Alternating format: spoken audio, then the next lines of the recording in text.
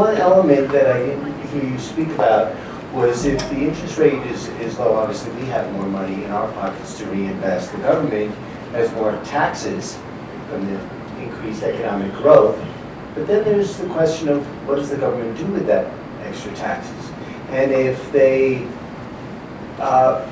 spend it unwisely, as we've recently seen, that puts more of a burden on our debt that we have to pay with increased taxes. You know, it's just a cycle. And secondly, so I'd like you to address that. And secondly, since as I understand it, you have an association with Harvard. And I'm wondering about our higher education, where young students are coming out of it without understanding some of this economic history, and coming out of it saying government has to invest in our future instead of us investing in our future. Yeah, okay, let me take each of those in turn. First of all, about taxes and revenues and spending. You know, Laffer and I have talked a lot about this. There's a kind of danger inherent in the Laffer curve. I mean, if you cut tax rates and that leads to an increase in revenue, well, that's bad because government revenue implies an increase in government, and that means the government is displacing the real sector to some point, to some degree. So you don't want government to grow because that's the opposite of economic growth. Economic growth is the ex-governmental sector growing. So the Laffer curve contains within it a contradiction, that if you cut tax rates, which will spur economic growth, government will have more resources. So you have to, the natural logic of the Laffer curve is you have to keep cutting tax rates over and over and over again in sequence. After the first tax cut, that will increase revenues, so cut taxes again. And then that will increase revenues, cut them again and again and again. And then, sure enough, the real economy will completely displace the government. And then the real economy will learn the arts of self-government and spontaneous order, and then government will just become very modest. Now, I'd like to point out that empirically, this is exactly what happened. This was the phased development of the Reagan administration. Reagan cut taxes by 23% in 1981-83. Then the next tax code for inflation, which was another effective tax cut in 1985, and then dropped the marginal rate of the income tax again, from 50 to 28 on the Democratic Socialist suggestion. So the natural logic of the Laffer curve was represented in the policy of the Reagan administration, which is serial marginal tax cuts, lest the government get too large. On education, yeah, I mean, I'm worried about the economics establishment because there's an inverse relationship between the health of the economy and the economics establishment. And the economic, the camp meeting, you know, the Great Recession has been a great boon to the profession of economics. I mean, you see the job placement in economics has gone through the roof since the 2008 crash. Economics PhDs. So I don't like that relationship. And I think the discipline of economics, I'm a member of the CU Economics Department, has to become, well, I don't know, more human, more manly. You know, I mean, we're not afraid of an economy that will grow and write us out of jobs. Because in that context, there will be so many jobs in so much more interesting fields that we have nothing to fear whatsoever, would be very happy about the result. I mean, I often say I'd like to become irrelevant.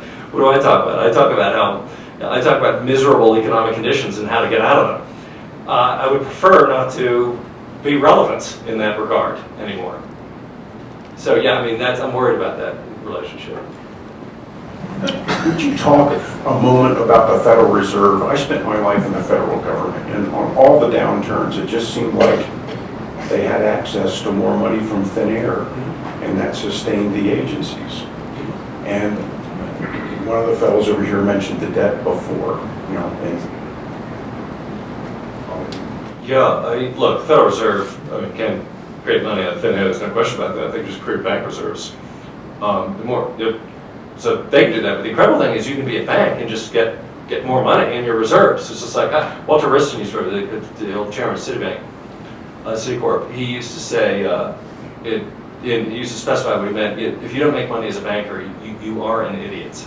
It's not just that, you know, it's easy. It's just, no, they give you free money, you know. So if you lose money, I mean, it's just, you know, they give you tens of millions of dollars.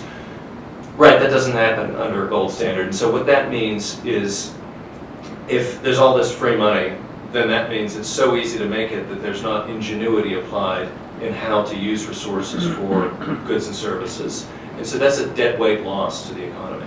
And that's why we have lower growth in the Federal Reserve era than we did prior to that. Now, with the candidates now for 2016, we've heard Dr. Carson and Senator Cruz both talk about a flat tax rate versus a tiered tax setup. Is that really possible? And if it is, what would the rate need to be about? Well, I think number one, it is possible because we had an effectively flat tax rate under the Tax Reform Act in 1986, again, which I keep harping on, in which there were only two tax rates, 15 and 28%. So that's effectively a flat tax. I would certainly take that compromise today. I don't know, do we call it crazy today? So if you want to average that at 23% or something like that, great. I mean, I personally think the income tax rate should not, shouldn't even be in the double digits, but I don't even think there should be an income tax system at all. I don't think there should be any taxation in that. If the United States prints a currency that is accepted worldwide, it should be able to fund all its purchases just by printing money. And everyone wants your currency, so why do you have a tax system? So I think just from the perspective of history, there's no reason whatsoever, kind of objectively, scientifically, to hold that we can't have a 23% or lower flat tax, given that we did have that. It was a bipartisan success in the 80s. In terms of revenue, again, I mean, you're going to have economic growth under those circumstances. And economic growth does two things. Number one, it tosses off a ton of tax revenue. But number two, it just makes people leave the government. They don't take unemployment benefits. They switch from government jobs into private sector jobs because the private sector is so exciting because it's so dynamic and growing and booming and burgeoning. So government just becomes smaller naturally in the context of that kind of economic growth, and you eliminate all deficit debt problems. They just completely vanish. Well, first of all, thank you very much for your talk. It was very informative and even optimistic. I really appreciate that. My question, though, is on the effects of technology on the workforce. One of the reasons that I think we were able to have so many jobs is that when you had the downturns and the booms and then the busts, when the booms came back, there were lots of job opportunities that people could just step back into. And one of my concerns is that as automation continues to take away the jobs that have historically built the middle class and the working class, that it's going to be a lot harder for those people that have the engine of our economic growth to be able to get back on their feet. So just wondering, what is your view on the role of increasing technology and automation on our ability to bounce back, and what is the future of the middle class and the working class in the face of increasing technology? Thank you. Yeah, that's an important question. The automation, of course, is what accompanied the great rise of the working class and the great rise of the middle class. It was specifically the automation of the Industrial Revolution that gave us the working class. Before that, there was very little automation, and 99% of the workforce was in agriculture. So, I mean, automation has always been a coefficient of economic growth and the rise of the mass middle class. Yeah, so what economists call the capital labor ratio, the ratio of machines to labor for every unit of output, has been increasing exponentially since the Industrial Revolution. And Marx predicted that within 2 generations, Karl Marx, within 2 generations, machines will do all labor, and we just have mass leisure, and it would be like a Garden of Eden again, where you just have everything at your beck and call. The morphology of the human being is, you have your head, and then you have your chest, as C.S. Lewis used to say, and then your feet, and you kind of become more human the more you go up. You just are kind of a lizard walking around on your feet, but then you have courage in your chest, but your intellect up top, and that's what makes you human. As Aristotle said too, the animals have locomotion, and the plants have nutrition, but only we have the intellect. So if our intellect is such that we can manipulate the things of the earth, such that we can have automatic production, that's a testament to human capital, and that's great. And so the problem will be, if you want to call it a problem, how to spend our time in leisure. And that's, we need to apply ourselves to that problem if that's what we're facing. Then the rich, in particular, have to figure out, and it's a happy task. It's a great homework assignment. Okay, how can all of us, and I mean every single person on the globe, live in happy prosperity and in leisure? So then that's the question we should be addressing. It's a great one. You might say, oh, well, there's no more useful work.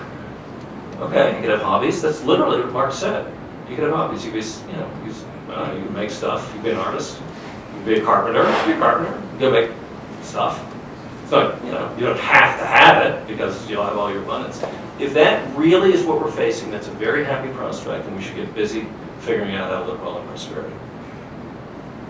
Professor, thank you. Mine is a tail end of his question, which is with the workforce. And unfortunately, Mitt made that comment about 47%, but there's been this building of a population that's dependent on government, as opposed to looking for that hand up that Thomas Paine used to talk about.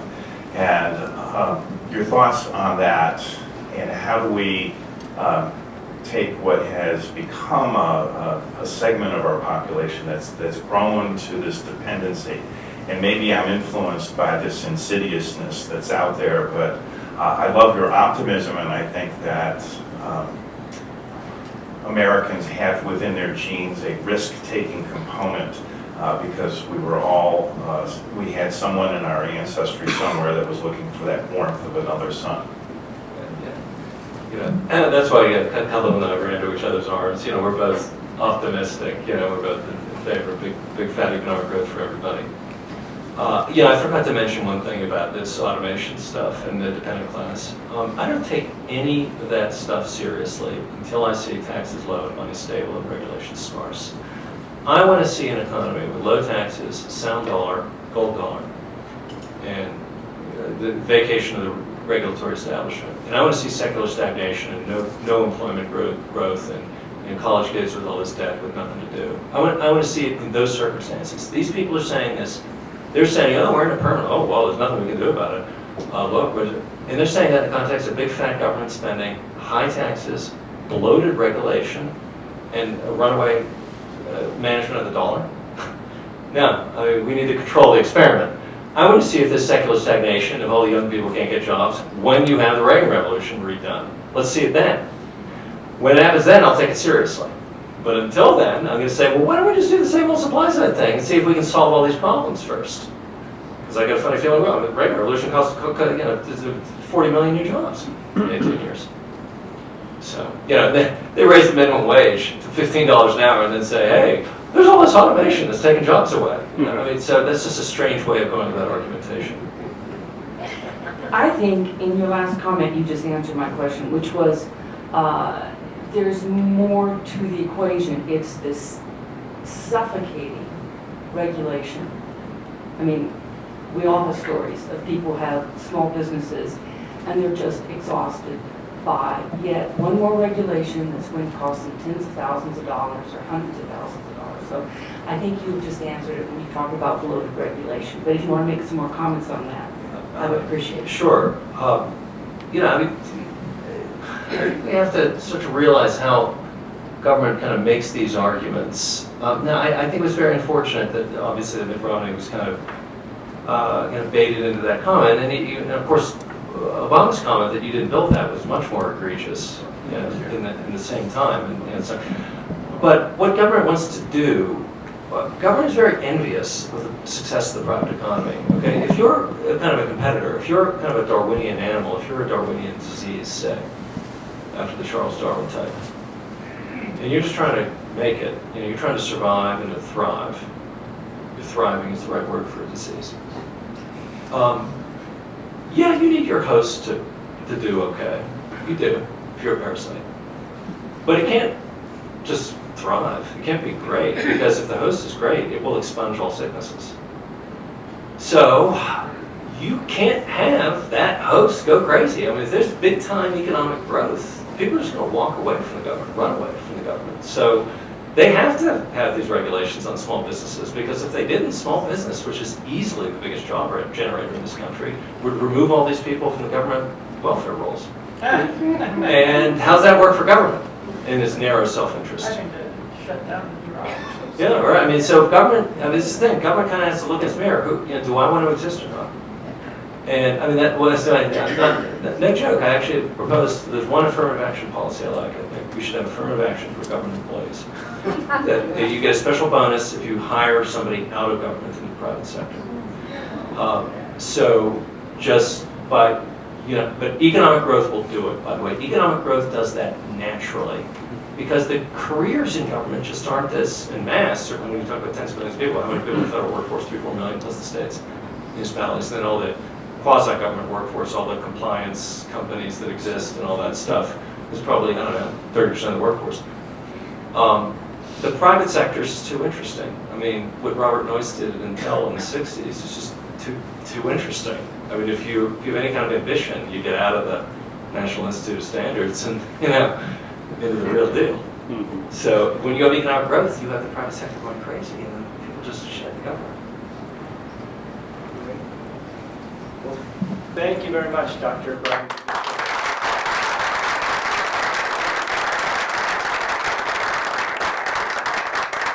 Again, Dr. Domitrovic has a new book coming out this September about everything that happened with Kennedy in the upcoming Reagan Revolution. So that'll just Google his name into Amazon. You can see it there. And then we'll see you next month with Larry Reed. And thank you all for coming out. Appreciate it.